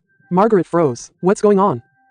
From deep in the woods, footsteps could be heard. Digo, holding clothes, was lowering his head and quickly passing through the grass. Enoch suddenly rushed out from the side, swinging the wooden stick. He swept it across. Digo didn't have time to react. Before he was heavily knocked to the ground, Enoch pressed down on his chest. "Mr. Digo, there are many faces on this island. I haven't seen them in a long time, have I?" Digo said urgently. "Please wait, your highness." "What does this mean?" Enoch held his spear and pointed forward. "I think this is my line too. You're the captain of the Imperial Guard. How did you end up on this island?" Digo explained, "I suddenly lost consciousness during training. When I opened my eyes, I was by the river. I don't know what happened." Enoch put away his spear. Digo stood up. He tidied his uniform and said, "Thank you, your highness." "But your highness, how did you get here?" Enoch said, "My situation is the same as yours. I was working in the palace, and when I opened my eyes, I was here." "Did you find anything? Like a rescue signal or something?" Digo replied, "I don't know anything. In this situation, can't call for help from the outside. My team has 2 more people. Their energy is completely the same." "The team?" Enoch asked, confused. Digo explained, "They're people you know too. Astel the Yellow Prince, and Bishop Rugev. They also seem to have woken up on this island in similar circumstances." Enoch fell into thought. What a coincidence. Everyone gathered here is a key figure from the Lengoli Empire and the Hestia Kingdom. At first I thought it was the Rodwin faction targeting me, plotting in secret. But seeing who's gathered, it doesn't seem like it. Then who is manipulating things from behind the scenes? More importantly, Enoch suddenly turned his head, looking at Digo behind him. He stared at the white dress in Digo's arms and asked coldly, "Among the people you mentioned, does anyone need women's clothes?" Digo's expression turned flustered and he quickly explained, "The situation was very urgent then. Someone in my team did need these clothes." Enoch retorted with icy eyes, "That person doesn't look like Astel. The Yellow Prince nor Bishop Rugev. Cold sweat broke out on Digo's forehead. Are you suspecting me? He asked. Enoch suddenly swung his spear the tip instantly, pressing against the other's forehead. Digo Tang Mao Mao Jian instantly pressed against the opponent's forehead. Brother Dai will stay put, not daring to move. Yi Nuo corroded him, saying, answer my question. Before you stole my companion's clothes, you should have prepared this excuse. Brother Dai lowered his head, his voice trembling as he said, among my companions is Yuana. Yi Nuo retracted his long hair. Yuana? You mean that saintess? Brother Dai nodded in response. Yes, Yuana is a saintess of 100 years. She possesses unique and divine power. Not only Bishop Ruger, but even the Crown Prince of the Empire travels with her. Yi Nuo snorted coldly. Even Yuana is trapped on this island? It seems even clergy cannot escape this disaster. Indeed, in this world, there is no god at all. She walked towards Brother Dai. So that woman has no clothes to wear? Brother Dai froze in place. Yi Nuo corroded him, saying, that dress is my companion's only clothing. If you fall into the point of stealing such things, the only explanation is that the saintess is currently naked. Brother Dai replied with a pure and untainted expression. That, Yuana's gaze is yours. Yi Nuo turned around and said, meet here. Once every 10 days. If you plan to move further away, notify me in advance. Of course, don't let your companions know. Brother Dai asked in surprise, Aaron, you planning to come with me? Yi Nuo stopped and turned his head, saying coldly, I should have said you only need to answer my questions. Brother Dai lowered his head. He responded with a submissive tone, I will obey your orders. Yi Nuo continued, if you find a way to escape the island, contact me. Also stay away from my companions. If you bother me again, I will never let you off easily. He held his long hair. Forbidden to go deep into the forest, Brother Dai stood in place, watching his departing back with a complex expression. Margaret sat alone by the river, hugging her shoulders tightly. I am freezing to death. Where did Yi Nuo go? That pervert who stole my skirt. Who could it be? Fortunately, they didn't steal the petticoat. 2. A cold wind blew across the river. Margaret's body involuntarily shivered. It's so cold, so cold. If I stay here like this, I'll definitely catch a cold. Suddenly a shout came from behind. Margaret. Margaret spun around abruptly. This voice is. Yi Nuo ran out of the forest holding his long hair with the blue dress in his arms. Margaret exclaimed in surprise, Yi Nuo. Yi Nuo ran to the mirror and asked, are you okay? I am sorry I am late. Margaret looked at the dress. You found the dress? He breathed a sigh of relief. Finally I can relax. His vision suddenly blurred. What's going on? I feel so dizzy. Margaret's body lost its balance and fell backward. Yi Nuo cried out in horror. Margaret. With a splash, Margaret fell into the icy river. I can't believe my stamina is so poor. Margaret opened her eyes. Where am I lying now? Yi Nuo sat beside her and said, you're awake. Margaret sat up abruptly, moving away and asking, what is this? Yi Nuo looked down and said, I am sorry. Margaret asked again, for what? Yi Nuo said, you suddenly have a high fever. It looks like a cold. I wanted to give you medicine, but I didn't know which one to choose. Margaret looked at the medicine on the ground. So that's it. Yi Nuo fiddled with his hair. This feeling of powerlessness, I've never experienced it before. Margaret comforted him, it's not your fault. About the missing dress. Where did you find it? Yi Nuo avoided her gaze. He replied, about that I met Brother Dai. Margaret froze. If it was Brother Dai, the captain of the Imperial Guard, he should be a man of politics. Bound by chivalry. I didn't expect someone like that to steal a bathing woman's clothes. Margaret put her hands on her hips and said, where did his chivalry go? Yi Nuo lowered his head and said, since he is my subordinate, I will apologize for that night's actions. Margaret asked in confusion, why do you have to apologize for that? Yi Nuo was silent for a moment and said, because you're afraid of Brother Dai. Margaret froze. What? He said not to bother each other with useless things. Yi Nuo continued, Brother Dai is stubborn. He particularly dislikes you for always pestering me. Every time he sees you, his attitude is tough. So I hid the fact that you are the owner of this dress.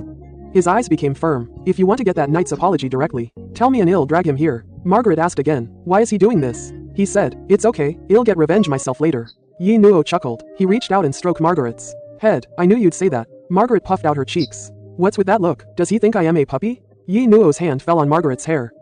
This feeling isn't unpleasant but rather comforting. Perhaps it's because I've never experienced such gentle touch before. So this is what it feels like to have your hair stroked. Magritte remembered something and asked, besides Sir Cadden, was there anyone else? Enoch shook his head. I am not sure. Magritte continued. To gather information, act together and escape this island. Wouldn't that be better? Enoch nodded. That's a reasonable assumption. But he seemed to be in a similar situation and didn't know much. We agreed to share any useful information we got. We'll meet every 10 days, so don't worry too much. Magritte fell into thought. Is that so? Speaking of which, wasn't I only wearing a slip earlier? Now I am wearing a full dress. He blushed instantly. Enoch averted his gaze and said, I changed your clothes for you. I tried not to look so. Don't worry. Magritte stared at him and asked, so, you still looked? The air instantly froze. Magritte slumped to the ground. My needle is gone. Enoch asked with a helpless expression. Is that what you're worried about? Well then, if you marry me, the problem should be solved. Magritte asked loudly, are you serious? You rejected me when I proposed back then. Enoch replied calmly, everything is different now. Both the situation and you. Magritte looked into his eyes. He said, there's still me. Although that was the old Magritte. But I am Magritte now. The past. Perhaps it's no longer meaningful. Magritte looked at Cadden. That person seemed to have a fever last night too, but he looks fine now. He said kindly, you've worked hard. My fever has also subsided. Please rest well. He stood up. I'll sleep over there. In the cave late at night, moonlight shone on the rocks. Magritte fell into a deep sleep. What is this feeling? Something is pressing on me. He suddenly opened his eyes. Cadden was on top of him. He covered his mouth tightly. Magritte, help, Cadden whispered. Don't scream, you'll wake up the crown prince. He looked at the shadowy figure in the distance, the woman who was with the crown prince. Why did you lie? Magritte, Cadden continued. Was it because I said I disliked Miss Magritte? Even so, lying is wrong. You're smarter than I thought. If you had called out my name directly, I might have actually done something. The first person I met on this island was you. Isn't that suspicious? It's the same face. It's strange. Why do I feel completely different? You suit my taste better now. Enoch exerted force. He flipped Cadden over. Cadden crashed into the stone wall. Making a dull thud, he slowly sat up. My lord, long time no see. Enoch stood in front of Magritte. Serving Cadden, he said, you want to kill your savior as soon as you regain consciousness? What kind of reason is that? Cadden turned his head. He looked at Magritte. You mean he treated my wounds? Enoch frowned. When did I allow you to call him by his name? How rude, Cadden retorted. You don't even know if you'll survive and you're still concerned about etiquette? Enoch suddenly reached out and tightly gripped Magritte's wrist. We can survive and leave here. Cadden looked at the two in front of him and showed a playful smile. I never thought I'd see the crown prince himself protecting Miss Magritte. Life is truly unpredictable. Magritte pointed at Cadden's wound and asked loudly, how did you get these injuries? Cadden retorted, how did I get them? You should know, on this island, there are monsters everywhere, right? I was just attacked by one of them. He looked at Magritte, the corner of his mouth slightly upturned. But I am glad you're alright. Magritte was stunned. The light and sound just now were indeed caused by Cadden. He should hate me, yet when I was in danger. He stepped forward. Why? He handed over a purple moisturizing video. He asked kindly, this is yours, isn't it? Cadden looked up and replied, yes, this thing, although important, I don't really like it. Magritte showed a surprised expression. Cadden reached out and took back the video. He clutched it tightly in his palm. This is the magic container of past Tower Lords. Simply put, it's like an urn for ashes. Magritte shivered.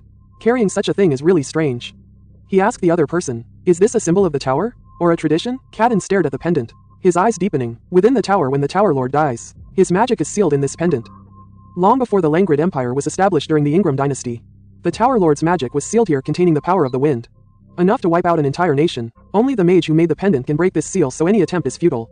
Only the mage who made the pendant can break this seal, so any attempt is futile. Because that person died 1,000 years ago. Marguerite pondered. I see, but why would he tell us this? Cadden asked, looking at the two. How did you two get here? Enoch retorted expressionlessly. What about you? Cadden said. I was about to enter the temple when suddenly with a bang I lost consciousness. I lost consciousness. It seems neither of you intends to speak. Forget it. Anyway, once my wounds heal, I'll leave immediately. He turned his head and winked at Marguerite. Thanks for the treatment, by the way. Cadden let out a leisurely grunt. You said you're leaving. Where are you planning to go? Cadden responded casually. Probably somewhere on the island. I plan to explore the island first. Suddenly appearing in a place like this is too suspicious. Marguerite pondered. Could Cadden know about the treasure or the cabin? Or does he know where the door is? Cadden continued. I have no memory of moving. It seems I was teleported here. If not, there should be something like an escape door here. Enoch stood aside, lost in thought. I hadn't considered it at all before. An escape door? Cadden confidently stated that he never considered the possibility of an escape door. I am naturally talented in this area, Margaret exclaimed. As expected of a mage to figure it out so quickly. Cadden slowly extended his hand. Do you want to leave with me? He offered, holding it out to Margaret. Yinuo stood behind Margaret, her face grim. Terrifying Zhou Shen exuded a chilling aura. Margaret gasped as Cadden narrowed his eyes slightly. A faint smile touched his lips. Yinuo suddenly lunged forward. Protect Margaret, he shouted angrily, his face contorted. Stop talking nonsense. What do you intend to do to him now? He grabbed Margaret's wrist and said intimately. You should get some sleep. Margaret looked at Cadden. To be honest, I never planned to go with Cadden. How to refuse him? Fortunately, Yinuo saved me. Cadden propped his cheek on his hand and asked, are you planning to move out? Why? Margaret sighed. Our food is running out. There's nowhere to resupply here and the environment isn't pleasant either. More importantly, that guy said before, if he got injured he would leave. But now he insists. He doesn't want to go out anymore. Just a few days ago, even though his wound had healed, Cadden still refused to leave. Yinuo finally lost patience. He kicked him out of the cave, but Cadden showed surprising resilience. For 2 consecutive nights he guarded outside the cave. He said with a smile, then I'll guard here. Margaret looked at the tower. This guy is definitely not an ordinary lunatic. Going out at night is extremely dangerous. The scent of humans will attract monsters. Margaret's heart sank. As she prepared to leave the cave, Cadden asked from behind, where are you going?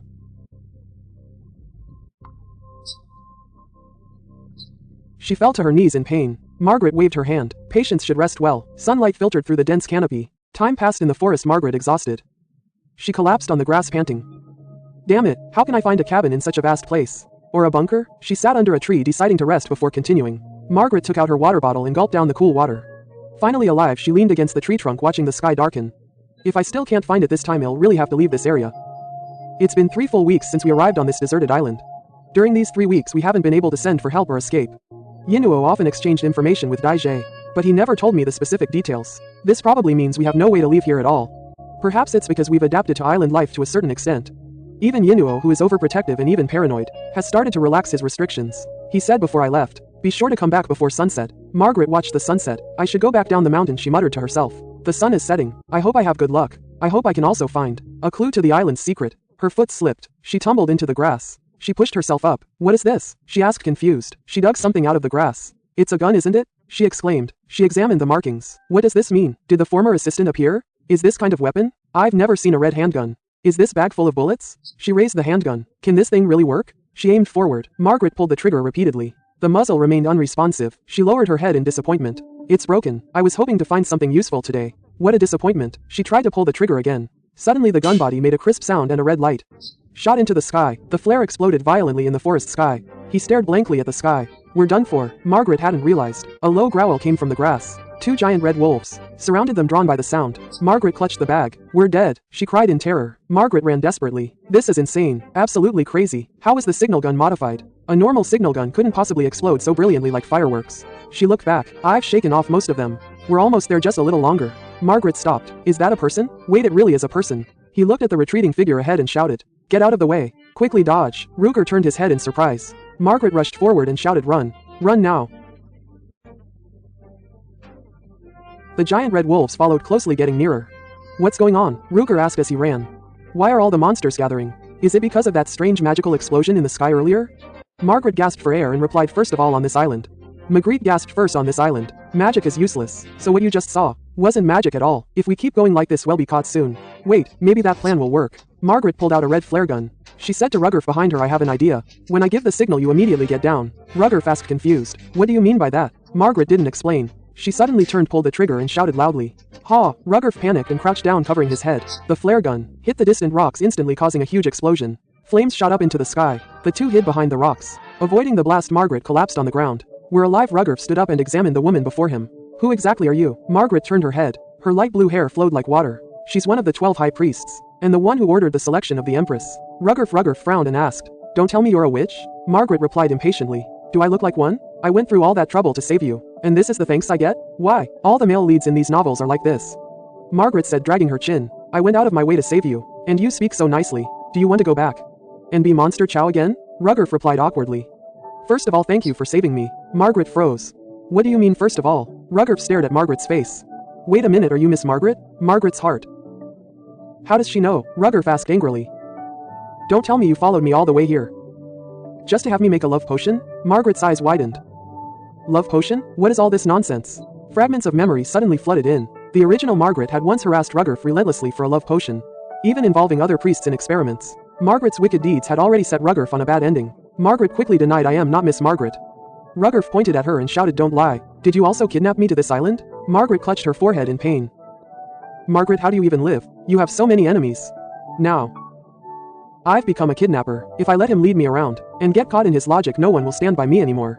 It seems I have no choice but to use that method." Margaret took a deep breath, pointed at Ruggerf and shouted loudly, "Why are you so rude? I told you I am not Margaret. And I almost died too, do you know that?" This is the so-called shouting louder wins tactic. If you just make more noise than the other person, you gain the upper hand.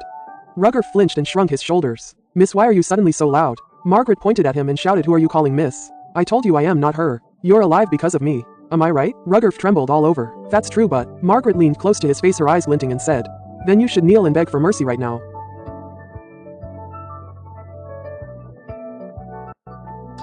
Unable to say a word, Margaret pointed at his nose and shouted, "Then keep your head down and apologize until I leave.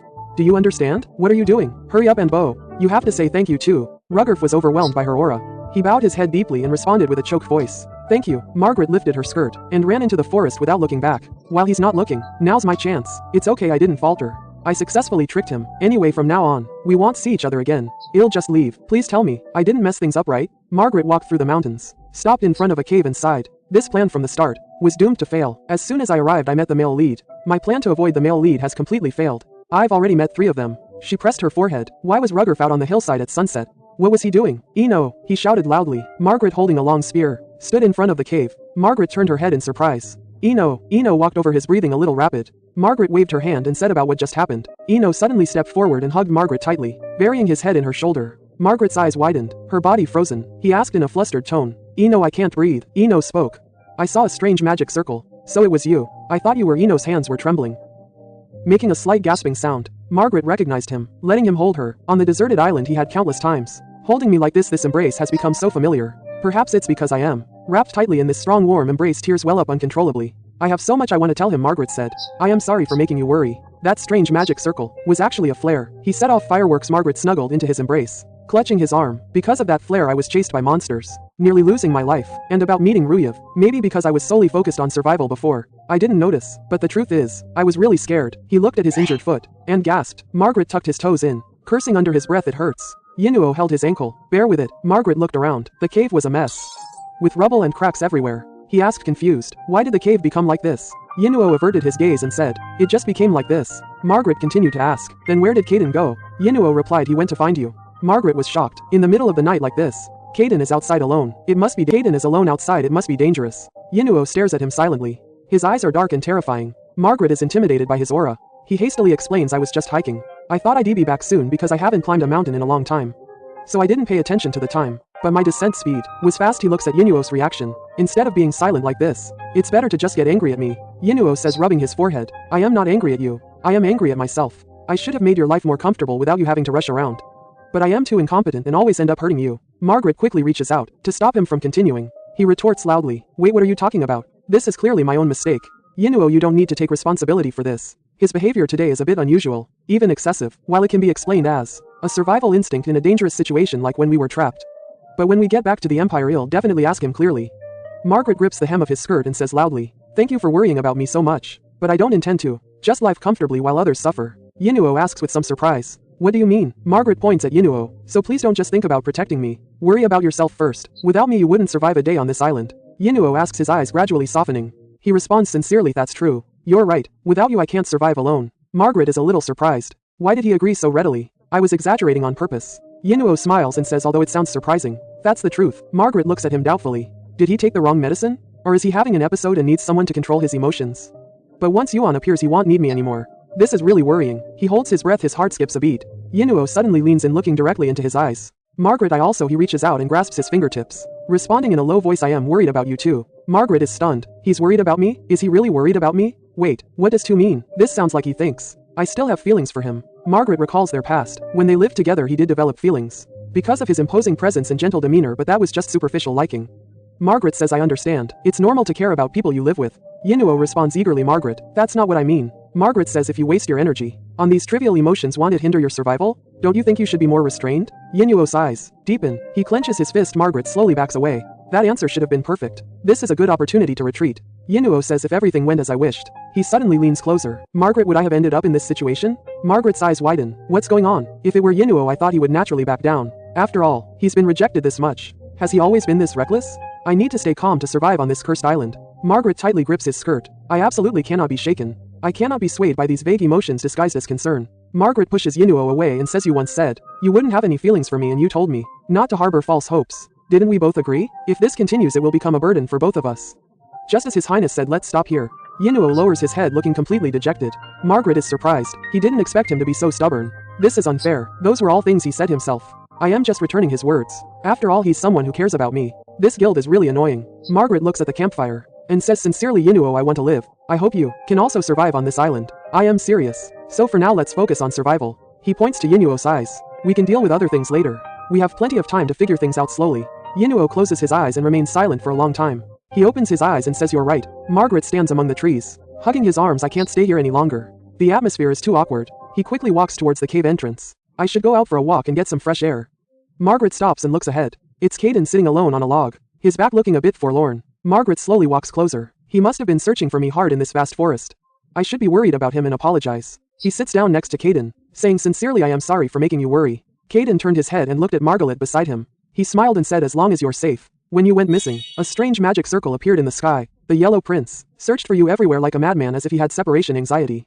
That scene was spectacular. Are you okay? I just happened to hear all of your conversation. Margaret's expression turned panicked. He heard it all. Kaden suddenly reached out and lifted his chin. But what should I do? I've become interested in you too. Night fell. Stars dotted the burning trees. Kaden tilted his head, his expression focused. Margaret frowned. I am going crazy. Did you two conspire behind my back while I was gone? Why are you both treating me like this today? Margaret said coldly, stop joking. Why are you so interested in me? Think about it carefully. We haven't known each other for long. You publicly said you hated me and spoke with that dismissive tone, After that, how could I possibly like you? The full moon hung in the night sky. Caden looked down at the ground. And I said I hated you. Margaret turned his head, looking at him in surprise. Caden's expression was serious. At first I thought you were lying to avoid our family. But you're different from the Margaret I know and different from the rumors. My gaze was involuntarily drawn to you and I started paying attention to your every move. Therefore I became curious about you and even developed some feelings. I can't control these feelings either. Margaret remained silent, although his sincerity felt genuine or perhaps he had some ulterior motive and was deceiving me. No matter what Caden said, I couldn't feel his sincerity. Margaret turned his head and said, "You don't like me anyway, so it doesn't matter. There will be no reason in the future." Caden tilted his face and replied, "I don't know. What are you talking about?" Margaret stared at his earring. "That earring is broken. I thought that thing could help you control your emotions. Didn't it?" Caden was covered in cold sweat, asking in disbelief, "How did you know?" Margaret said, "I know the person who made that pair of earrings. Anyway, now that you've lost the earring, your emotional control has failed. That's why you're saying these strange things to someone you hate. I understand completely." Margaret held his forehead and sighed. He's been warned to this extent. He should understand by now. Maybe I can trust and judge them. It's for this reason that Enos and Caden, when they met the heroine, Joanna Rossi, they both changed. It must be so. Since there's nothing else to say, maybe I should go back to sleep. Caden suddenly reached out and firmly grabbed his wrist. Margaret turned his head in shock. Caden smiled and said, "Yes, you must find this absurd too, but no matter what the reason for my interest in you is, these are ultimately my true feelings, so I'll decide." That lecture just now was a bit too presumptuous.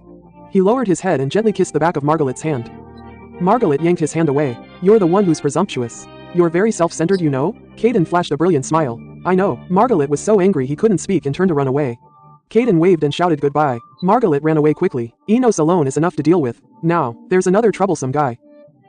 And this new one is completely uncontrollable. He stopped. Looking ahead at Enos, did he hear my conversation with Caden? He should have. Margaret shook his head and continued walking. There's no need to worry about this. I've already told them what I needed to say to both of them. He closed his eyes and quickened his pace. I sincerely hope that after they meet the heroine they won't regret what they said to me today. 4 days later, Enos and Caden sat by the campfire. Margaret, holding up his skirt, emerged from the shadows of the trees. Enos looked at him and asked, "How are you feeling now?" Margaret lowered his head and replied, "I am fine. I did run down the mountain desperately that day, but due to muscle soreness I ended up lying in bed for 4 days.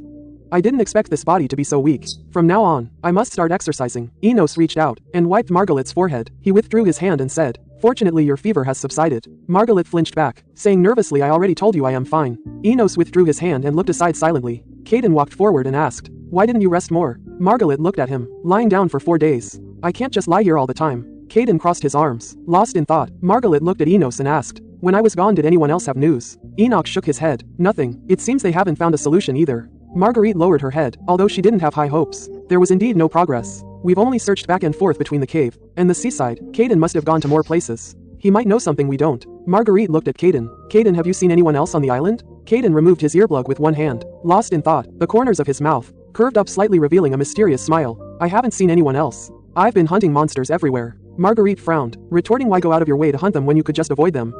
"That's too dangerous," Caden said, looking up at the night sky. This island. Enoch and Marguerite sat side by the campfire. Watching him, Caden looked at the two and said, "Because there are some things I want to investigate." Marguerite pressed further. "Investigate what?" Caden looked at his hands. "There's something strange about this island. Even though magic can't be used here, monsters based on magic exist." Marguerite and Enoch listened with serious expressions. Enoch ran a hand through his hair. "Now that you mention it, there are indeed many doubts. I went to the reconnaissance room today and saw some strange mosquitoes on the cliff." Marguerite's eyes widened. "Those mosquitoes are from Shen Si. On the rocks of the cliff and on the corpses of monsters there are inscriptions of strange powers everywhere. And I also have this." Margaret took out something from his embrace. "A few days ago when I went down the mountain I picked this up." Caden leaned in and asked, "What is that?" Margaret clenched his pistol and said, "Last time the signal flare that exploded in the sky. I fired it with this." Caden's eyes widened and he shouted, "What? You did it?" Enoch frowned and asked, "With this, how was it done?" Margaret replied in a low voice, "I didn't mean to hide it, it's just that recently too many things have happened. I forgot about it by accident. I just touched it casually and I didn't expect it would fire a signal flare." Enoch asked, "Is this some kind of magic tool?" Margaret shook his head. "I am not sure, I don't know what this is." He pondered. "This doesn't look like a magic tool, it's more like some kind of modified product of modern civilization. If I appear to know a lot about this kind of thing it will only arouse suspicion. It's better not to tell the truth," he said with feigned surprise. "I remember this should be a magic tool," Caden said, touching the side of the pistol. "There are faint traces of magic attack here, it seems to be a condensation point of magic." Margaret leaned in to observe. "Is that a magic attack?" "It's too small to see clearly," he replied with feigned realization. "I see it," he said, pointing to the name on the pistol's grip, his expression serious. "Those attacks are not important, what's important is this. I once studied the language of the Eastern continent, this word is read as Ali. I think this is a person's name, perhaps this is the magic tool." The original owner's name. Enoch looked at the pistol and said, "It's obvious before we came here. Someone had already lived on this island, Caden said with a worried expression. It cannot be ruled out that someone has lived on this island. And it is very likely that they are still living here, Enoch said to Margaret. As you said, the owner of this magic tool may still be alive. That person might be the one who kidnapped us. If so, how can people from outside Earth exist? Why did I enter Margaret's body? Enoch looked at Shi Yang and said, I think we should collect more information first. It's hard to draw a conclusion with just this. Margaret put away the pistol. You're right, let's clean up here first. The sun is setting, let's pack up and go back. The three walked through the woods. Margaret looked down at the gun in his hand. Speaking of which, what does the word Aliyar mean? Is it Latin or Greek? I remember learning the meaning of that word in gym class. I'll think about it carefully later. Margaret woke up in the cave. Caden stood in the sunlight and said, You're up early? Margaret asked in surprise. Caden? That guy actually woke up at dawn. Is the world going to end? Caden said. The Crown Prince actually went to find food himself. Margaret stared at Caden. What are those on his clothes? Caden sat on the ground patting the blood-stained hem of his clothes. Margaret asked, Where did you go? Caden looked up and said, I went hunting. Those stupid wolves were noisy all night. It was driving me crazy. Margaret looked at Caden. His magic always accumulated in his body and needed to be released. Artificially. But since the prayer release circle was broken, he was probably using hunting monsters to relieve stress. Caden stretched and said, I feel much better now. Margaret fell into thought. What if he suddenly goes mad? After all, the original story was a romance novel. The heroine, Joanna, would solve Caden's problem in a way that fits that style. Margaret clenched his fists in frustration. That absolutely cannot happen here. He wiped his face and sighed. I absolutely cannot do that. If the solution is just artificial release of magic, then perhaps there is another way. Caden stared at him silently. In Margaret's memory, the old man with white hair held a book and said, Magic is like breathing. You must continuously train your core. Margaret sat at the desk listening attentively to the teaching. The old man continued, Miss, you possess considerable magic power. As long as you strengthen your physique, your strength will rapidly improve. Margaret's tutor said, the better your physique, the easier it is to control magic. So high-intensity physical labor like hunting monsters. Can it help him regulate his magic flow and prevent him from going mad? Caden dragged his chin and asked after sensing the gaze, Why are you staring at me like that? He smiled playfully and continued, Are you in love with me? Margaret rolled his eyes. How could that be? Looking at him hunting monsters today, his body seems to have fully recovered.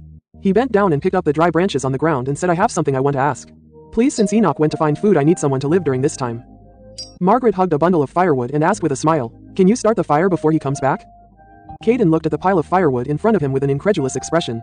Live. Margaret nodded at him affirmatively. He needs to do some work. After all, the sluggard shall not eat. Caden sat on a log staring at the firewood in front of him. Margaret looked at him doubtfully. Doesn't he know how to live? He walked to Caden's side and said, You might not know how to live. Don't worry too much. That's right, I was too impatient. I should have taken it step by step. I immediately let him learn advanced courses. Margaret continued, When Enoch comes back, I will let him live. You go and pick up more firewood. Caden waved his forehead and laughed heartily. I am good at living. Margaret, you are too naive. Even if a magician is a weirdo who locks himself in his room, it's impossible that he doesn't even know this basic knowledge. That's absolutely impossible. Magritte pondered. That's true. In the original setting, Caden was an omniscient intellectual in every field, possessing all the knowledge in this world. Such a person could never not know how to live. Caden, carrying a bundle of firewood, said, Since life is too troublesome, I'll go gather some firewood. Magritte watched his retreating back. Why does this guy always make me so angry? He took a deep breath and said, All right, suit yourself. I'll go hunting then. I'll catch some fish. Caden quickly reached out to stop him. Wait, you're going to catch fish? Are you going to use that harpoon to catch fish? Are you really a noble lady? Magritte retorted, That's discrimination. Just because I am a noble lady, does that mean I can't catch fish? Caden replied helplessly, It's not about whether you can catch fish or not. Even a noble young master wouldn't use a harpoon like that to catch fish. Magritte gripped the wooden harpoon in his hand. That's true. What noble would go fishing? But whether you're a noble or not, if your survival is threatened, you have no choice. He said, carrying the harpoon. I am tired of fish anyway. But there are no hunting grounds nearby. There's no other way. It seems it's really time to move. The food resources here are becoming increasingly scarce. We can't always survive on just fish and coconuts. A sound suddenly came from the woods. A coconut heavily hit the ground, rolling in front of the two of them. Eno gritted his teeth and said in a low voice, I am sure of it. His eyes were filled with anger. I already tied him up. Magritte turned back abruptly. Tied him up? Caden looked ashamed and sighed. Eno and Caden stared at each other coldly. It felt like sparks were flying in the air. Eno pointed at Caden and said, I told you don't hang around Magritte. Caden gave a playful smile. You're treating me like a soldier now.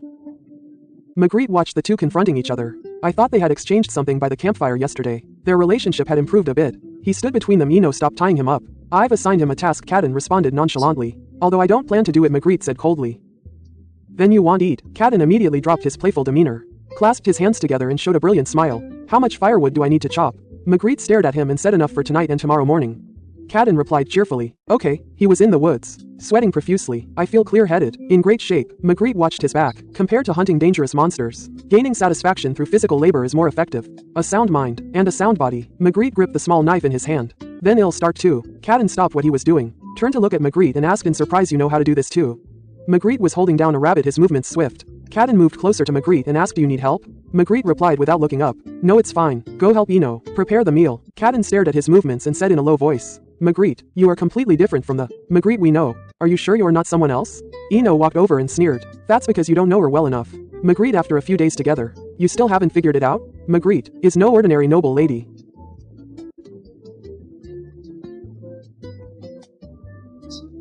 How did even Ino become like this? Caden stared at Magritte and asked, Magritte, what is your true identity? Magritte was stunned. True identity? Asking this so suddenly, how should I answer? He replied casually, backpack. Caden asked eagerly, who is that? Magritte waved his hand. There's someone like that. Anyway, you're in the way. Go help Enoch. Caden snorted, walking towards Enoch, who was sitting on a log. What kind of help do you need? Margaret recalled, compared to Caden in the original novel, the current him is quite cooperative. It's a relief. In the original work, even with the heroine present, Caden refused to live communally, acting like a reclusive loner. And among the male leads who looked down on me, Caden was second only to Enoch. But now, those two, both have a good impression of me. Please, I just hope this goodwill can continue. I hope this peaceful state won't be broken. Caden said, holding the roasted meat. Oh, I remember now. On my way here, I saw a river. Margaret pondered, if it's a real river, and not the stream we went to last time with Enoch, there will be many animals coming to drink and more diverse fruits than on the coast. Margaret said, we should prepare to move there immediately. But he looked at Enoch. Would Enoch agree? We never gave up on the coast because we hoped someone would pass by and we could ask for help. But coming to this island, we didn't give up on the coast because we hoped a ship would pass. We could ask for help, but we've been on this island for a month. Now instead of waiting for rescue, we should prioritize survival. Marguerite asked, we're camping by the river. Yin Nuo, what do you think? We've been on the island for a month, wandering the coast every day, but we haven't seen a single ship. And there's the information we found. Marguerite raised the red signal flare. The word Aliyah, we need to find information about this name. I think this might be an important clue to escaping this island. Yin Nuo nodded in response, okay, well, do as you say. Marguerite smiled, then today, let's gather more food and pack our bags. Yin Nuo pondered, no problem. As soon as it's dawn, we'll move out of the shelter. Marguerite turned her head to look at Caden by the campfire. Caden, are you coming with us? Caden stood up shivering and protested loudly. Wait, why are you counting on me? Yin Nuo is going. Do I need to ask you specifically? Yin Nuo stood between the two, responding coldly, does that even need asking? Stay away from him. There's never been a place for you between us. Caden forced a smile. If there's no place, I'll make one myself. As long as Marguerite is willing to give me a chance. Yin Nuo and Caden started arguing fiercely again. Marguerite looked helpless and sighed deeply. Should I just abandon these two here? The next day, the three with their heavy luggage officially began their relocation. Marguerite panted as she cooked. Finally, we've arrived. The river flows into the ocean, shimmering with golden light. It wasn't until sunset that we finally found the river Caden mentioned. Marguerite said to Yin Nuo and Caden, I think building a lean-to here is the best option. Before reaching here, I was looking for a cave to live in, or a cliff with cover, but I found nothing. Even by the river, there's nowhere to hide, so we must build a shelter with our own hands before sunset. Come on, let's hurry before sunset. When it rains, the water level might rise, so the hut should be built high off the ground to avoid ants and scorpions. Caden shouted urgently. One is a high-ranking noble and the other is a big shot who's never done manual labor. Of course they wouldn't know how to build a shelter. Marguerite drew on the ground with branches. First we need 2 short stakes and 1 long stake. If possible, use sturdy thick logs. At the entrance, place the 2 short stakes crossed in a triangle. Then place the long stake on top as the ridgepole. The basic frame is complete. Next, along the long beam that serves as the roof, place supporting beams diagonally like ribs. Finally, cover the frame with small branches and fallen leaves. The temporary shelter is complete. Marguerite looked up and asked the two, how is it? Did you understand? Caden confidently said, it's simple. Yin Nuo nodded in response, then let's build it like the shelter we made on the beach. Marguerite smiled and said that would be best. Caden crossed his arms and fell into thought. But to cut thick logs we need a sharp enough tool. Marguerite smiled confidently. If we need tools, I'll make one myself. Marguerite stared at the rocks on the ground. That one looks perfect. He bent down, gripping the rock's crevice with his hands, then lifted the huge rock and aimed it at the target. He brought the giant stone down fiercely. Yin Nuo shouted loudly, Marguerite, he looks flustered. That's dangerous. You'll get hurt. Marguerite turned around and said, for you, I'll make a few more. You can sharpen these stones and use them as axes. Caden stepped forward, pointing at Marguerite and questioning, I am serious. You're not Marguerite, are you? Marguerite crossed his arms and replied coldly, be quiet. We need to finish the hut before sunset. Hurry up, Caden. Caden didn't catch up to Marguerite. Tell me the truth now. You're definitely not Marguerite. How could a noble lady like you know this? Marguerite frowned. You're so noisy my ears hurt. I've heard of mages who get obsessed with research. It seems to be true. He suddenly stopped and looked at a thick tree trunk in front of him and said with satisfaction, this is great. It'll be perfect for the hut's pillar. He turned to Caden. Caden, help me. Caden stepped forward and grabbed the heavy wood. What do you mean help me? I can do it myself. He single-handedly lifted the huge log, walking ahead with steady steps. Marguerite followed behind. Stop and look at the thick tree trunk in front of you. Said with satisfaction, this is great. It'll make a good pillar for the little house. Couldn't be more perfect. He turned his head to look at Kaden. Kaden, help me. Kaden stepped forward, gripping the heavy timber. What do you mean help me? I can do it myself. He single-handedly lifted the massive wooden stake. With a steady pace, Magritte walked ahead, following behind. I thought mages were all frail, but he's surprisingly strong. Looks like he's stronger than I imagined. We can have him do more work from now on. All sorts of chores. The sun sets, a humble hut. Finally completed. Kaden rested his chin on his hand and said, it's better than I imagined. Marguerite put her hands on her hips and said, indeed, 3 people working together. Much more efficient. There's plenty of space here, enough for 4 adults to sleep. Although sleeping crammed with men makes me a little uneasy. But Marguerite was exhausted and lay down directly on the hay. She's too tired to care about that now. She closed her eyes and shouted, I am so tired. When I have time, I'll definitely go somewhere fun. From now on, I'll definitely build myself a separate little hut. Kaden sat beside her, quietly watching Marguerite sleep. He leaned down and kissed her shoulder. Marguerite's eyes snapped open. Her mind went blank. What? Kaden whispered. It's too hot here. Marguerite's face turned red. Her body stiffened, feeling his breath. Kaden just held her, whispering in Marguerite's ear, I am going to sleep like this. Marguerite struggled. She shouted, are you crazy? Yinuo suddenly lifted her leg and slammed it hard into Kaden's abdomen. Kaden grunted. He fell backward. He sat up and asked, what are you doing all of a sudden? Yinuo lay directly between them. Kaden let out a low laugh, his eyes filled with madness. Kicking someone while they're sleeping, what kind of etiquette is that? Yinuo retorted, I didn't know adults were so polite. Touching a woman's body without permission. It's more appropriate for me to sleep next to him. Kaden refused to back down. I should be the one sleeping next to him. They wouldn't give in to each other and asked Marguerite, what do you think? Marguerite didn't reply, grabbed her shoes and walked straight out of the hut. Kaden and Yinuo shouted in panic, Marguerite, where are you going? Marguerite turned her head and smiled brightly. You two are arguing because of me, aren't you? Since I am the source of the problem, I'll sleep outside. Kaden and Yinuo were stunned on the spot. Yinuo quickly shouted, I am sorry. I'll quietly ask you to come back. Kaden added, I won't do anything. Just stay here. Marguerite tilted her head and replied, since you're both begging me, fine. The next morning, Kaden stretched and walked out of the camp. Marguerite, what are you doing now? Marguerite squatted by the campfire and replied, we need charcoal. Yinuo said with a determined reason, ordinary firewood is hard to burn. Yinuo went out to chop firewood. Kaden stared at Marguerite. Marguerite was startled. Why is he staring at me like that? My cheeks feel like they're being seen through. Kaden asked with a bright smile, is there anything you need me to do? Marguerite repeated, startled. Need you to do? Kaden moved his shoulders and said, yes, I want to move my body. Otherwise I'll go hunt monsters. Marguerite pondered. She hadn't realized why she suddenly wanted to move. All along someone had been adjusting simulations for Kaden, so he never had to move his body himself. If he loses control now, it will be a big problem. Marguerite stood up. Compared to housework or chores, hunting monsters is too dangerous for you and for us. She walked up to Kaden and poked his chest. So from now on, you'll be responsible for catching beasts, how about it? Kaden froze on the spot. Hunting. The two walked side by side towards the forest. Marguerite continued. Hunting is something we have to do, isn't it? And no one can say for sure if you want to keep moving your body like this in the future. Kaden held his forehead and sighed. You just want to take this opportunity to make me a permanent food manager, don't you? Marguerite smiled and replied, you found me out. Kaden sighed helplessly. Since I was the one who asked first, I'll let you off this time.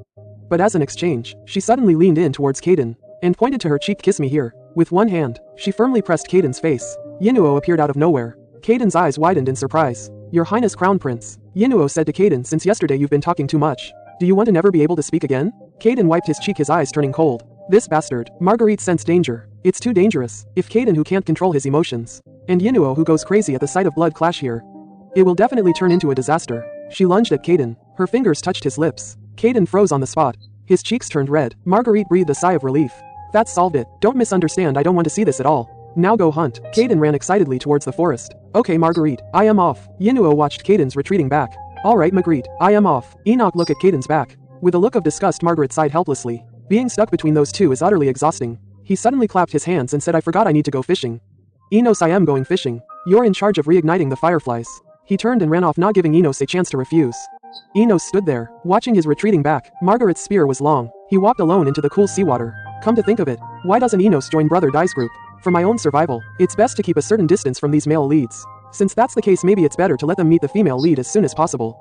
But Enos once said, seriously, you'll be surprised. But it's true. Kaden also kissed the back of my hand. That lesson just now was indeed a bit presumptuous. Margaret swung his spear forcefully, accurately stabbing a fish in the water. Actually, deep down, I don't want them to meet the female lead. Perhaps it's because both of them have made moves similar to confessions towards me. My heart is too chaotic. I don't even know what I am thinking. Snap out of it. Right now, hunting and survival are the most important things to me.